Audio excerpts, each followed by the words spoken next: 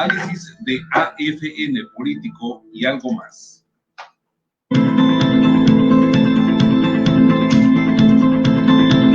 Es momento del análisis del acontecer nacional y regional, la vida política, las noticias y el análisis de AFN Político y algo más.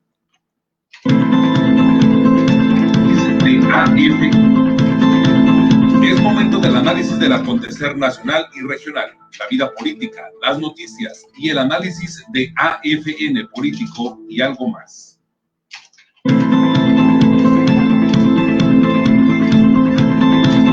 Es momento del análisis del acontecer nacional y regional, la vida política, las noticias y el análisis de AFN Político y algo más.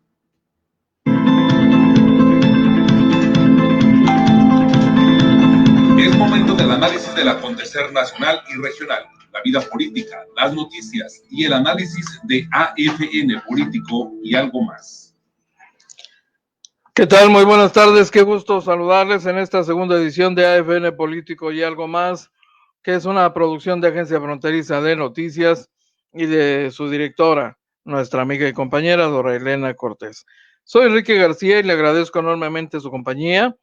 Le recuerdo que en unos minutos más tendremos la posibilidad de platicar con Jason Wells, presidente de la Cámara de Comercio de San Isidro, a propósito de esta decisión que han tomado ambos países de prolongar un mes más los cruces, la restricción de cruces fronterizos entre ambos países a través de esta frontera. Un saludo con mucho gusto a María Gómez. Nos acompaña hoy en esta edición Rufino González Cruz. Buenas tardes, saludos, muy amable. A ver, vamos a... Esperemos que no tenga ninguna complicación. El presidente de la Cámara de San Isidro, Jason Wells. Usted sabe la enorme relación que existe entre esta zona de la frontera mexicana y el norte de los Estados Unidos desde hace décadas, ¿no? Una relación y una interdependencia considerable, por supuesto. A ver, permítame ver si ya está por aquí.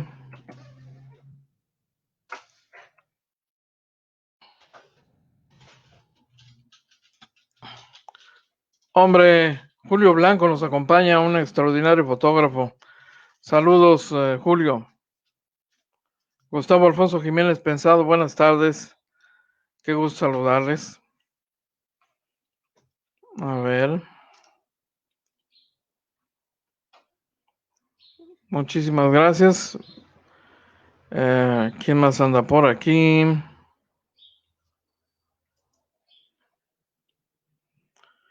Muchísimas gracias a todos ustedes. Tenemos también, les recuerdo, muy bien. Bueno, en lo que se conecta el presidente de la Cámara de Comercio de San Isidro, yo le quiero compartir esto, que seguramente está enterado usted, no sé si lo esté, pero por si las dudas yo se lo comparto. No.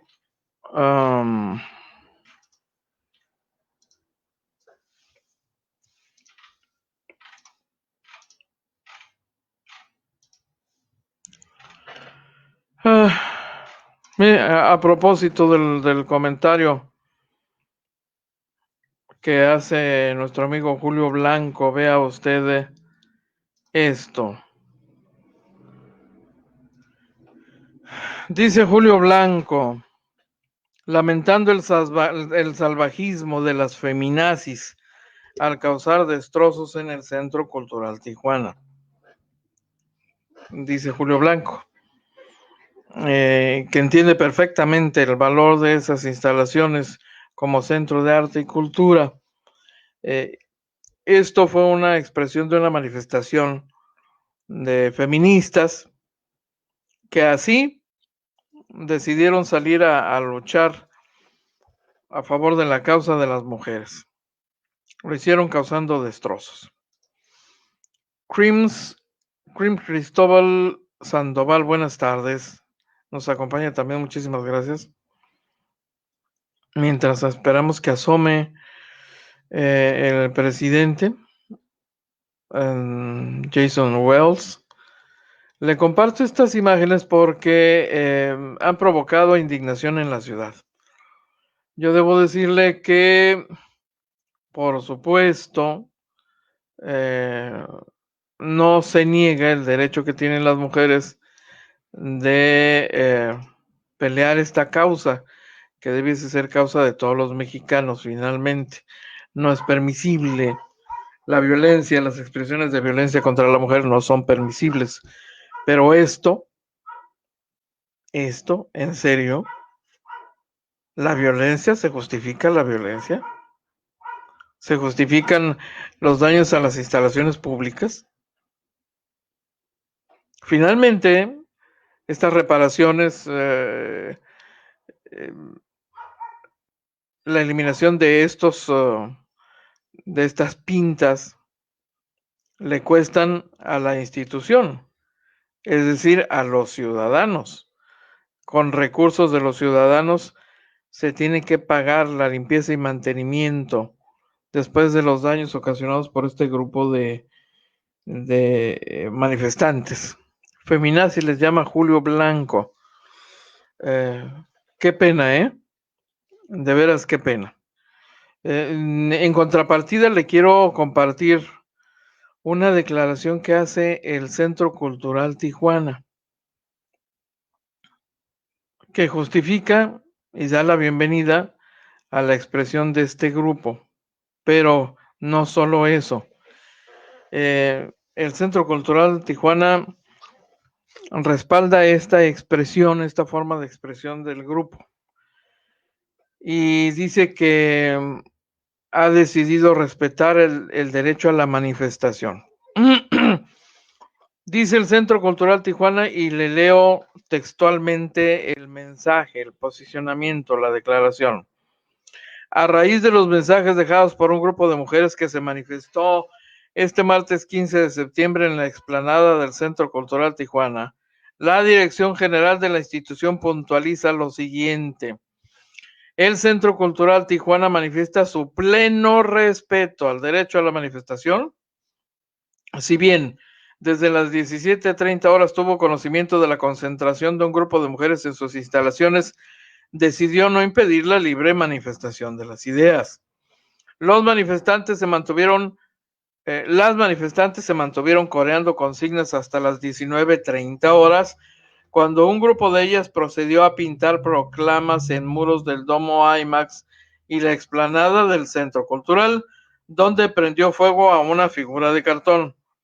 Alrededor de las 19:40 horas, el grupo de manifestantes desalojó las instalaciones del recinto. Mientras transcurrieron las acciones de las manifestantes, el Secut estuvo al tanto de lo sucedido. Respecto a las causas que motivaron estas acciones, el Secut reconoce que son ajenas a la institución y evita pronunciarse sobre ellas, entendiendo que son expresión de factores relacionados con otros ámbitos de la vida social. Por último, en consonancia con el respeto al derecho de manifestación, el Secut resolvió dejar a la vista los mensajes pintados en sus instalaciones antes de proceder a preservar su patrimonio inmueble. Tan, tan. Es decir, el Secut avala esta decisión del grupo manifestante. Y está la declaración muy concreta de la directora del Centro Cultural Tijuana sobre este particular, Bianca Santana. Dicho lo anterior, yo procedo a saludar a Jason Wells, que ya está ahí en línea, ya conectado. Vamos a dejar por un momento de lado este tema, que por supuesto ha generado muchísimas reacciones comprensibles. ¿A cuál más? Usted seguramente también tendrá sus puntos de vista sobre esta forma de expresar que se ha venido generalizando en el resto del país, pero bueno, demos la bienvenida a Jason Wells en este momento. Bienvenido, Jason. Hola. Hola, Enrique, gracias por la invitación. Jason, la verdad es que nos pareció más que oportuno charlar contigo por esta decisión que han tomado los dos gobiernos de prolongar un mes más este esquema de cruces fronterizos restringidos, que ha tenido un impacto económico serio en ambos lados de la frontera. Formamos una frontera muy interrelacionada, muy estrecha, con una gran interdependencia y una relación comercial, bueno, pues ni se diga, enorme. Tú seguramente tendrás datos más concretos sobre el tamaño de esa relación comercial en millones de dólares, no sé. ¿Cómo le va a afectar esto al comercio de San Isidro? Pues no es cómo va a afectar, sino ya ha afectado. Desde marzo para acá, cuando implementaron a las restricciones arbitrarias, porque realmente no están basados ni en salud, ni cifras, ni lógica, desde que empezaron las restricciones, hemos perdido 13% de los negocios en San Isidro, que quiere decir unos casi 100 negocios que jamás van a recuperar hoy, desde a partir de hoy, jamás se recuperarán esos negocios por culpa de las elecciones arbitrarias.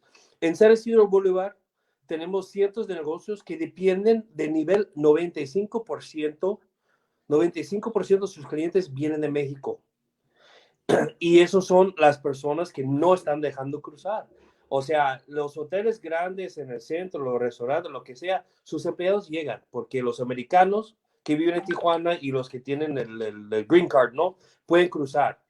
Pero los que vienen a San Isidro a comprar, a disfrutar, a visitar, son los que tienen la visa turística, que no están dejando entrar por ninguna razón más que la política. ¿Qué cantidad, decías, de negocios no van a volver a abrir? Son casi 100 negocios que ya no pueden sobrevivir. Ya cerraron sus puertas para siempre. Lo más grande ha sido Baja Duty Free, que estaban celebrando 30 años de comercio este año. Es el más grande y obviamente hay casi 100 más de microempresas afectadas igual. Y eso es para las elecciones hasta el día de hoy. Lo que estamos pues con Jesús a la boca, ¿no? Es que quitan las restricciones arbitrarias antes del mes de noviembre. ¿Por qué? Porque en tiempos normales, o sea, estamos hablando de 2018, 2019, unos 35% de mis negocios, de los 700 negocios, ganan todo lo que van a ganar en el año entre el 20 de noviembre y el 6 de enero. Entonces agregas 6, 7 meses sin poder operar y luego sin temporada navideña, están por lo menos la mitad de los 700 negocios en riesgo de no sobrevivir 2020. Jason, hay un consumo regular de mexicanos en aquel lado de la frontera que cada semana van, por ejemplo, a las cosas más elementales, como comprar el mandado de la semana, hasta otro tipo de productos ya un poco más elaborados, o ropa o productos para el hogar. Habitualmente, ¿qué tanto consumimos los tijuanenses de aquel lado en esos 700 negocios? No tengo las cifras directas a los de Tijuana, pero lo que sí te puedo decir es esto. En San Isidro, o sea, no estoy hablando de Imperial Beach, National City, nada más en lo que es San Isidro, o sea, antes de la 905. Generamos ventas de 865 millones de dólares por año. Casi $1,000 millones. Y luego hay otro $1,000 millones y medio que pasa por las casas casas de cambio. Lo que quiere decir que son todos los que trabajan aquí y en camino para su casa están cambiando sus billetes a pesos para gastar en México. O sea, sí es algo que nos afecta a los dos lados. Obviamente, pues México ha sido bastante inteligente a no restringir su turismo de los americanos. Entonces los efectos pues son más grandes acá en Estados Unidos, pero igual es un problema binacional, igual que disfrutamos la vida binacional, los problemas también no tienen visas. A ver si entendí bien la cifra, Jason. 1.500 millones de dólares en divisas se mueven en casas de cambio. Sí, 1.000 millones. 1.5 billón con B de burro, Billones. millón. Ajá. Que pasa Estás por las casas hablando. de cambio. Aparte de casi otro 1.000 millón de ventas. Wow. Y mire, para que vea las restricciones arbitrarias, mi equipo aquí de la Cámara de Comercio hemos hecho 1.500 llamadas directas, o sea, 2 rondas de 700 y pico de llamadas directas de los negocios. Y una de las quejas más grandes de los outlets, ¿sabe qué es? Que estamos perdiendo a Los Ángeles. ¿Por qué? Porque esas restricciones arbitrarias pusieron nada más en lo que son los cruces fronterizos terrestres. Entonces la gente con dinero de Monterrey, de Tamaulipas, de Guadalajara, están volando a Los Ángeles a hacer sus compras y regresar, como no pueden cruzar aquí a pie que antes. Entonces esos también son pérdidas de Tijuana, porque ahí se quedaban o ahí se comieron o visitaron sus familias, etcétera, hasta venir para acá de compras. Entonces, bueno, escuchamos hoy en día por parte de la Secretaría de Relaciones Exteriores de México que van a extender las elecciones otra vez hasta el 21 de octubre.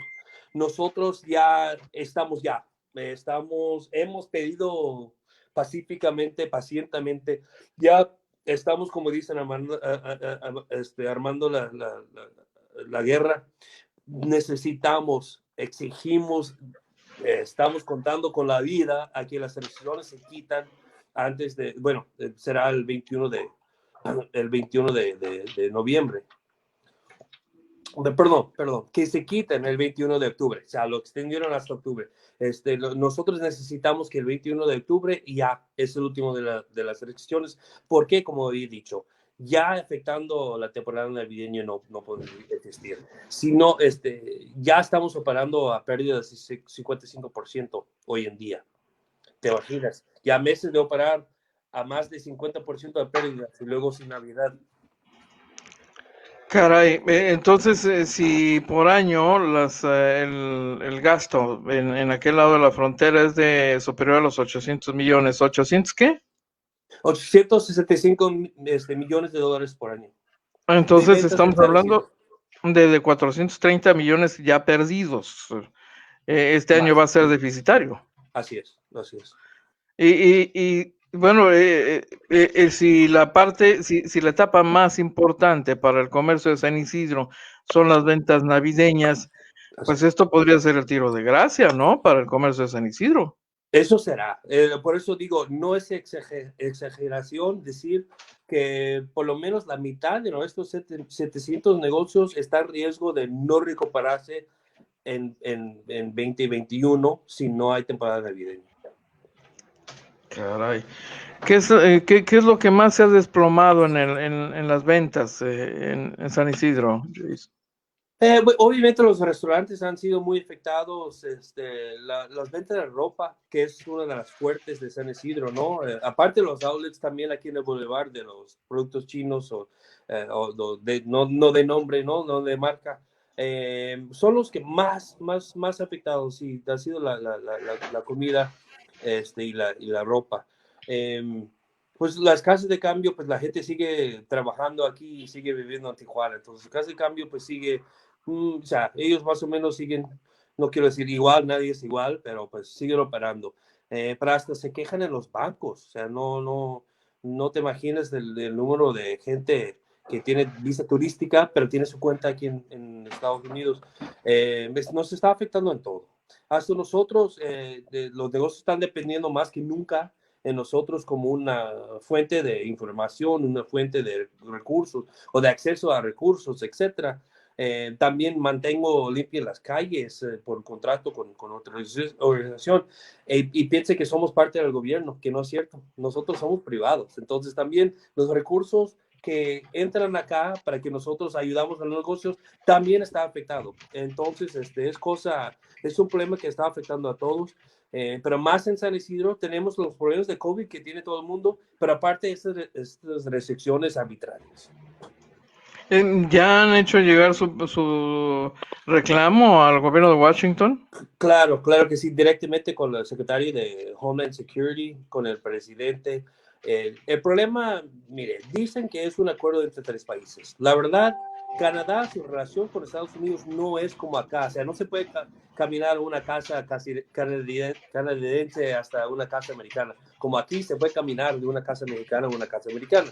Entonces ellos, mientras que la carga no ha sido afectado, pues les vale. Entonces Estados Unidos dice, bueno, y los mexicanos no me van a pelear, así que no hay problema. Y eso ha sido el problema para nosotros. Los electos aquí, pues dicen, pues en California somos demócratas, Trump no nos va a hacer caso, entonces tampoco luchan ellos. O sea, realmente es un problema que estamos sufriendo solos. Entonces, no me digas. Ahora sí estamos tratando de juntar esfuerzas de aquí a Brownsville, todas las comunidades fronterizas por cuales nadie más está hablando y nosotros pues hacer más ruido juntos de manera de estrategia. Pero el problema es esto, estamos tratando de utilizar la situación real de salud, cifras y lógica contra un problema que realmente es un problema nada más en la cabeza de un señor allá en la Casa Blanca. Entonces, ¿cómo? ¿No? Estamos peleando con piedras una guerra de pistolas. O sea, vaya, estás hablando del presidente Donald Trump. sí, claro. ¿A él te refieres? Me parece que claramente esta decisión de restringir los cruces es más que nada una decisión del gobierno de los Estados Unidos. Claro. Ellos son los que han promovido esta iniciativa. Por lo mismo digo, mira, México es bastante inteligente a saber no meterse con el turismo americano, ¿no? O sea, por eso digo, Canadá está pacífico porque pues no se ha afectado la carga. El centro de San Diego y más al norte pues están bien porque sus trabajadores llegan. Pero los que están en friega pues somos nosotros que dependemos en la visita de los turistas. Caray.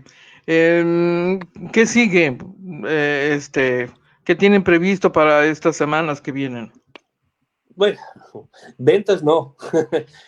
No, lo que tenemos prevista, pues te digo, estamos tratando de concentrar esfuerzos de todas las comunidades fronterizas, hacer el ruido que se puede hacer, algo se tiene que hacer, pero muy frustrante, le digo, yo con 20 años en esta carrera, nunca me he enfrentado a un problema donde no tuve ningún comité con quien hablar, ninguna agencia con quien negociar, ninguna persona adentro que sabe cómo puedes afectar o cómo puedes impactar la situación, porque le digo, es en la cabeza de una sola persona y cómo se levanta una semana cada mes antes del 21 es lo que decide hacer. Pero le digo, en San Isidro nada más hay 700 negocios, 6,000 empleos, 6,000 familias que dependen en el turismo para comer, para darle a comer a sus hijos en juego, por un capricho político. Caray, pero estoy tratando de entender cuál es el beneficio para quien aprueba esta decisión. Cuando hablas de Porque capricho político. él puede decir, mira, yo soy hombre de negocios, entonces el comercio entre ambos países de nivel alto lo estoy protegiendo por no meterme con la carga, ¿no? Y por constitución no puedo negar al americano en regresar a su país, pero de alguna manera les voy a salvar de eso, ese mexicano infectado, ¿no? Con sus restricciones. Simplemente eso. Porque mire, no somos los que dicen que la economía vale más que la salud. Esto no tiene nada que ver con salud. Nuestros líderes locales del condado, del estado, nos han dado la receta de operar de manera sana. Son los guantes, las carretas, las máscaras, la distancia, lavar las manos. Sabemos operar sanamente. Y todas esas medidas están hechas considerando que la persona enfrente de uno está infectado. ¿Sí me entienden? O sea, así se puede operar sanamente aún siendo infectado. Entonces, una restricción arbitraria, porque es arbitraria. Hay 100,000 personas que siguen cruzando entre California y Baja California diario. Nada más son los 35,000 que no dejan cruzar, que son los que compran en San Isidro. Entonces, no es como que nos están protegiendo de cierto grupo de gente, mira, estamos mezclando aún. Y no quiero que se pare, no estoy promoviendo restricciones completas, ¿no? Pero lo que voy es que realmente no está basado en salud. Sabemos aquí, la Cámara de Comercio de San Isidro hemos dado mano a mano 2 galones de gel sanitario, caretas, máscaras, guantes, todo, a todos los negocios aquí para ayudarles a operar sanamente. Entonces no deja que sí, pero eso es la Cámara, les vale más la economía que la vida humana. No es cierto. Sabemos cómo operar sanamente y digo a su público, el que puede visitar a San Isidro puede venir con toda la certeza, toda la confianza que aquí se puede hacer sus compras de una manera muy sana, muy limpia, sin ningún temor. Y es Jason, lo que queremos ofrecer a todos. Entonces estamos frente a una decisión de campaña. Así es. Y no cree que va a cambiar nada más en noviembre, porque aunque pierde, el señor no sale hasta enero. Entonces, la gente que dice que noviembre es una fecha mágica, no tiene por qué, porque gane o pierde, él sigue en la oficina hasta enero. Caramba. Caray, Jason, pues qué panorama tan complicado. Quisiera estar contándoles chistes o algo con mejor noticia, pero no, así es ahorita. Bueno, pues Jason, vamos a estar atentos a lo que ocurre de aquel lado de la frontera, muy atentos a cualquier cosa que se ofrezca, algún anuncio que deseen hacer, a la orden, Jason. Gracias, se lo agradezco. Seguimos en contacto. Gracias por tomar la llamada. Igualmente. Placer, buena tarde, Jason. Ahí tiene usted, Jason, presidente de la Cámara de Comercio de San Isidro, Jason Wells. Qué panorama este. Caray. Oiga, continúo con los mensajes. Julio Blanco dice: lamentable la postura de la directora del Secut, Galia Robles. ¿Qué podemos esperar de Bianca? Nada bueno y menos constructivo. Bueno, yo entiendo la decisión de Bianca Santana, directora del Centro Cultural Tijuana, en la lógica que impulsa el llamado gobierno de la 4T, de apoyo a la ideología de género, de posición, de cerrarle la puerta a la violencia contra la mujer en cualquiera de sus expresiones. Y bueno, esta también es una expresión que ha generado una controversia, incluso enconada, yo debo decirle, porque pues en el caso que nos ocupa y que le hemos compartido, la persona o institución agraviada pues es una institución de gobierno que favorece este tipo de cosas.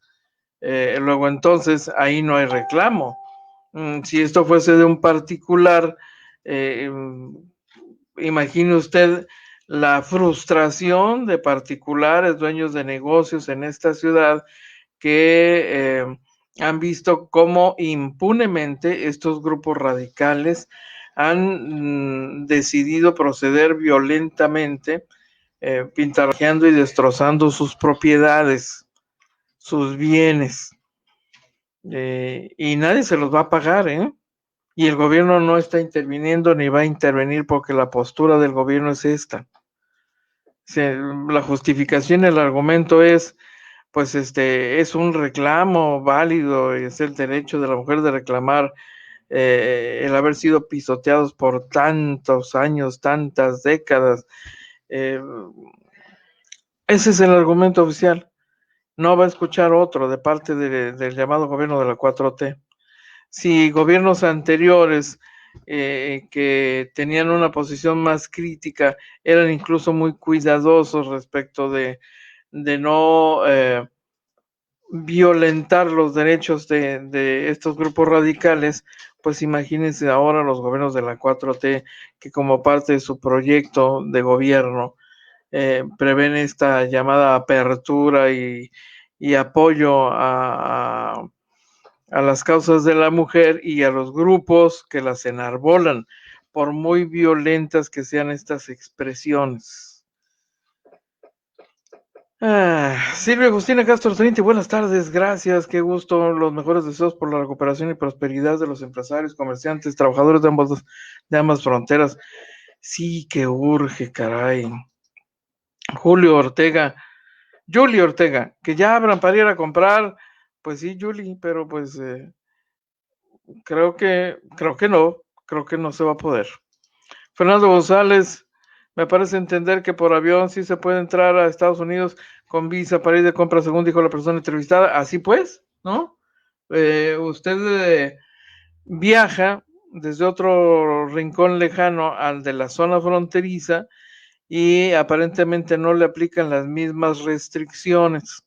Es otro tipo de viajero que se inscribe en el contexto de la relación comercial como personas que vienen a gastar más dinero que los residentes de la frontera. Y entonces lo que está ocurriendo es que se están brincando al comercio y al empresariado del sur, en la zona de San Isidro y demás, y se están yendo directamente hasta Los Ángeles. Entonces es una fuga de capital pues para todo el mundo, ¿no? Porque esta frontera también estaría siendo afectada por esta decisión. Ana Braid y la Cámara de Comercio de Tijuana, las pérdidas en Tijuana no solo de restaurantes y ropa, sino todos son millonarios, pero como los gobernantes siguen recibiendo su sueldo, no les importa. Saludos, dice Ana Braid. Pues es que ojos que no ven, corazón que no siente, Anita, ¿no? Usted no puede sentir lo que no está viendo. No puede dolerse de lo que le duele a los vecinos si no los escucha. No existen, para ellos no existen. Entonces es difícil esperar empatía del gobierno hacia este sector socioeconómico de la frontera. Buenas tardes, ahora sí se armó la bronca entre el gobernador y el presidente municipal de Tijuana, dice Rosita Watts y Ana Braid. Primera vez en la historia que Lozano se les pone en cuarentena de risa, ¿verdad? Sí. Y es más, cuando lo pone desde esa perspectiva, me recuerda o me suena a otro fenómeno similar que hemos estado viviendo en la frontera. Los malos, los delincuentes, son los dueños de la calle. Y los que estamos tras las rejas somos los ciudadanos, los trabajadores, los no delincuentes. Somos los que tenemos que estar enrejados, porque la delincuencia se ha adueñado de las calles y los espacios públicos. ¿Sí? Ciertamente. A los sanos se les pone en cuarentena. Pues sí. Suena de locos eso, ¿eh? La postura del Secut, dice Antonio Carpio, es simplemente institucional, enviada desde el centro del país, como siempre nos lo han manejado. Sí, Toño, efectivamente, pero además aquí esta es una posición ideológica compartida por la titular del Secut, Bianca Santana. Ella no necesita que le envíen una instrucción. Ella tiene una postura clarísima al respecto y es plenamente, totalmente coincidente con la visión de esta agenda ideológica que está imponiendo el nuevo partido gobernante. Es una visión de nación que incluye hoy día perspectivas de esta naturaleza convertidas en leyes, en reglamentos, en norma de vida.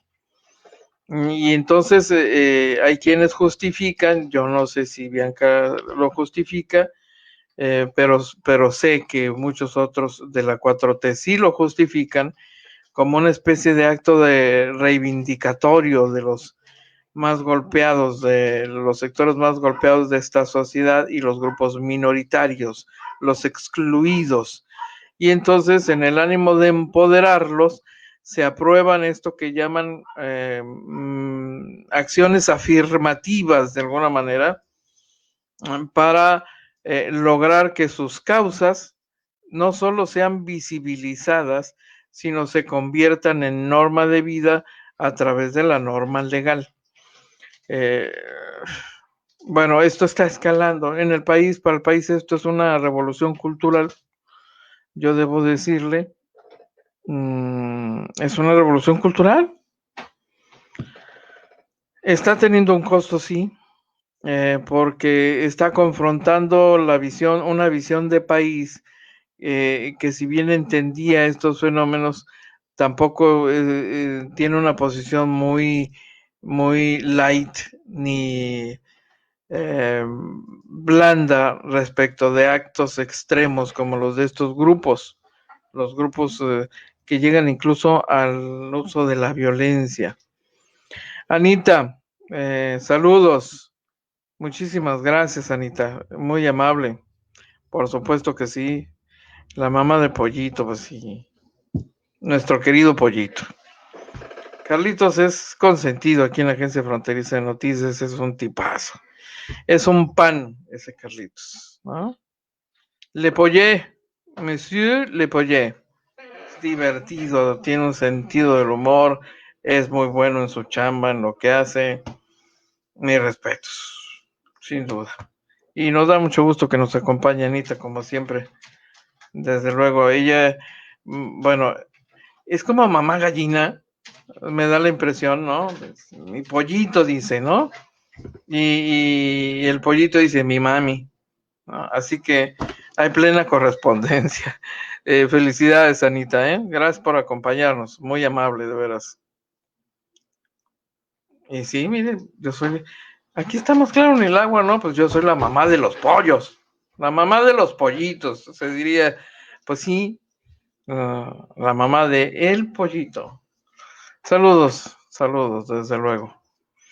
Oiga, la 1:37, pero qué rápido, ¿cómo es eso? Bueno, voy a una pausa y regreso, pero rapidito, se lo juro, no tardo, ¿eh? Si aún tienes pendiente el pago de tu predial, obtén el beneficio de 0 multas y 0 recargos al realizarlo durante agosto y septiembre. Ahora puedes hacer buenas noticias. Si aún tienes pendiente el pago de tu predial, obtén el beneficio de 0 multas y 0 recargos al realizarlo durante agosto y septiembre. Ahora puedes hacerlo desde la comodidad de tu casa. ¡Que no se te pase! Aún estás a tiempo de contribuir para que Tijuana sea una mejor ciudad para ti y para todos. Realiza tu pago en línea ingresando a www.tijuana.gov.mx. Así de sencillo es cumplir. Hoy, todos por Tijuana. Buenas noticias. Si aún tienes pendiente el pago de tu predial, obtén el beneficio de 0 multas y 0 recargos al realizarlo durante agosto y septiembre. Ahora puedes hacerlo desde la comodidad de tu casa. ¡Que no se te pase! Aún estás a tiempo de contribuir para que Tijuana sea una mejor ciudad para ti y para todos. Realiza tu pago en línea ingresando a www.tijuana.gov.mx. Así de sencillo es cumplir. Hoy, todos por Tijuana. Lo que esperabas, 0 recargos. Aprovecha la oportunidad que te ofrece el gobierno del estado y ponte al corriente en tu adeudo del agua. Paga desde la aplicación móvil de CESPE en www.cespt.gov.mx o en tiempo real en los establecimientos autorizados. CEPROA y Comisión Estatal de Servicios Públicos de Tijuana. Gobierno del estado. Genera bienestar. Ya estamos de regreso, muchísimas gracias. Dice Anita, el pollo Breitling salió a su mamá igual de bromista, pero voy para allá en mi escoba último modelo. Ande, caray, ¿eh? Por si hay alguna duda de qué huevo salió ese pollito, ¿eh? Saludos, por supuesto, nuestro reconocimiento, Anita. Tengo algo más que compartirle. La verdad es que hay, a ver dónde se quedó. Bueno, me veré excesivo compartiendo un poquito más de estas imágenes. Pues que sí, ¿verdad? Pero pues porque yo me lo pedí, se lo voy a compartir.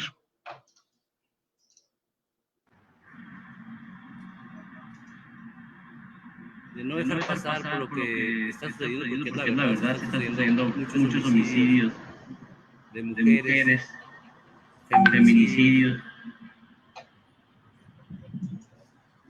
desapariciones forzadas. Y pues es parte de expresarse. Pero usted ¿hasta dónde puede decirme, comentarme hasta dónde puede llegar la expresión? ¿Hasta dónde es el vandalismo? Y hasta dónde es la expresión. ¿No? Pues sí, ¿no? ¿Se justifica? ¿En serio? Bueno, oiga, déjeme comentarle que, como ya todos estamos enterados, la Suprema Corte de Justicia de la Nación recibió la petición de consulta popular para juzgar expresidentes. Lo solicitó el presidente López Obrador. Y el ministro Luis María Aguilar Morales será el encargado de estudiarla y elaborar el proyecto que llevará al Pleno de la Corte, donde se definirá finalmente si es constitucional o no. La Suprema Corte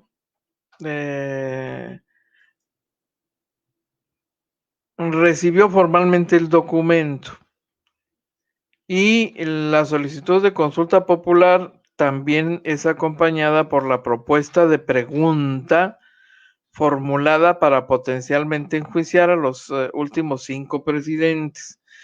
En esta consulta que se llevaría a cabo en el día de las elecciones, estaría la pregunta concreta.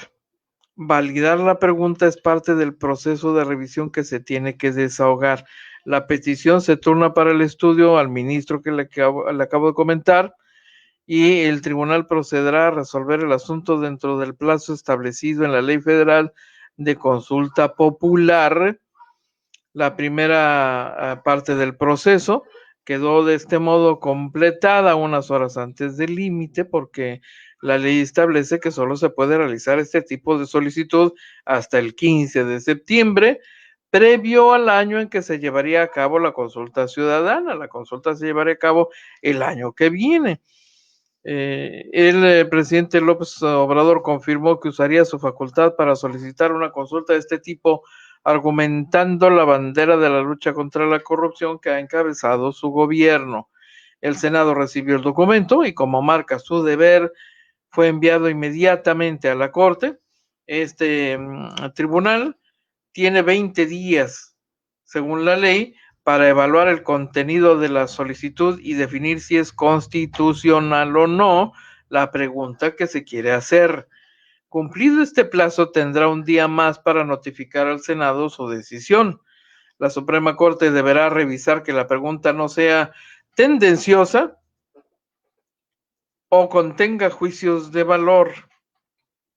Debe vigilar y revisar que la pregunta utilice un lenguaje neutro, sencillo y comprensible, y produzca una respuesta categórica en sentido positivo o negativo, es decir, una pregunta hecha de tal forma que no admita otra respuesta más que un sí o un no. En su caso, podrá realizar las modificaciones a la pregunta, según la ley. Los 4 antecedentes previos que existen desde que la ley se promulgó en 2014 fueron rechazados en la Suprema Corte por amplia mayoría. Ahora la propuesta de pregunta enviada por López Obrador, que menciona a 5 de sus antecesores directos en el cargo por nombre y apellidos, es la lista que será revisada por el ministro Aguilar Morales, y él presentará después el proyecto ante sus compañeros ministros. Los ministros, hasta donde se ha podido saber en las últimas horas, no piensan apresurar los tiempos, aunque no descartan que el proceso se complete 7 días antes de que se agote el margen de tiempo permitido legalmente. En caso de que la Suprema Corte rechace la constitucionalidad de la pregunta, regresa al Senado. La mesa directiva del Senado deberá archivarlo como asunto definitivamente concluido, ya que no hay ninguna instancia de inconformidad o de revisión. Pero en caso de que llegue a ser considerado una pregunta y una consulta procedentes, volverá al Senado, se discutirá ahí el tema, la pregunta ya no podrá ser modificada en ningún momento en caso de que el máximo tribunal del país la considere constitucional. Luego de discutirla, el Senado votará y bastará una mayoría simple para que avance hacia la Cámara de Diputados. Ahí también deberá ser discutida y eventualmente aprobada con mayoría simple. Ambos órganos son controlados por Morena, así que eso no debería tener mayor complicación. Una vez concluido este proceso, con la sanción completa de ambas cámaras, pues el decreto debe ser promulgado y publicado en el Diario Oficial de la Federación y de inmediato se le comunica al Instituto Nacional Electoral para que organice la consulta que se va a realizar.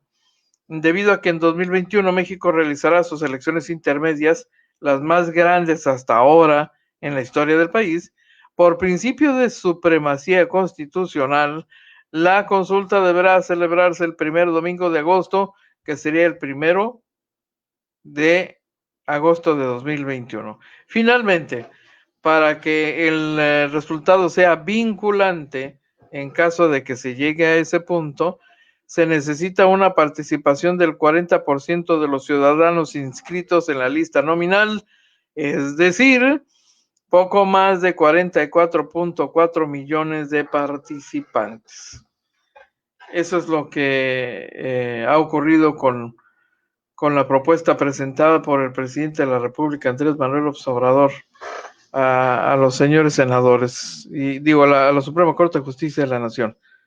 Ya está en manos de la Suprema Corte esta decisión, así que viene la etapa más interesante, porque le quiero decir que algunos especialistas en materia constitucional, muy reconocidos por cierto, como Miguel Carbonell, que tiene doctorado en Derecho Constitucional y es además investigador del Instituto de Investigaciones Jurídicas de la UNAM, ha desmenuzado esta iniciativa y dice que es francamente improcedente. No es el único que coincide con el señalamiento. El doctor Pedro Salazar, director del Instituto de Investigaciones Jurídicas de la UNAM, coincide y dice que no es constitucional, que en estricto sentido la respuesta a la pregunta solo puede provenir de la Suprema Corte de Justicia de la Nación. De hecho, tendrá que venir de ahí, porque la Constitución señala que la Suprema Corte resolverá previo a la convocatoria que realice el Congreso de la Unión sobre la constitucionalidad de la materia de la consulta. Por eso no tuvieron lugar la consulta en materia energética y para eliminar a los diputados plurinominales hace algunos años. Los jueces constitucionales concluyeron que las preguntas contradecían a la Constitución y punto. ¿Cuáles son los razonamientos de Pedro Salazar? Es cierto que el presidente tiene la facultad de pedir al Congreso de la Unión que convoque una consulta. Hasta aquí no hay problema, pero hay materias que no pueden ser consultadas, dice el especialista. Entre ellas se cuenta la restricción de los derechos humanos reconocidos por la Constitución y, a mi parecer, la pregunta que propone el presidente atenta contra el principio de presunción de inocencia y las garantías del debido proceso penal, que son derechos constitucionales. Lo que propone el presidente es equiparable a una norma privativa y eso está prohibido por la Constitución. Me lo advirtió Ezequiel González y lo ha expuesto Miguel Ángel Antemate en un artículo de Nexos, dice en un escrito elaborado por el presidente del instituto. En el artículo de Nexos, la revista, recurro al diccionario jurídico. Las leyes privativas se caracterizan porque se refieren a personas nominalmente designadas, atendiendo a criterios subjetivos y por el hecho de que después de aplicarse al caso previsto y determinado de antemano pierden su vigencia. Al señalar con nombre y apellido a ciertos expresidentes y circunscribir a ellos los efectos de la consulta, se violenta un derecho fundamental. El artículo 13 de la Constitución es inequívoco. Nadie puede ser juzgado por leyes privativas ni por tribunales especiales. Esta prohibición, hay que decirlo, es uno de los pilares de eso que llamamos Estado constitucional de derecho. Al presidente no le corresponde procurar justicia ni ordenar que se procure, mucho menos le toca al pueblo hacerlo.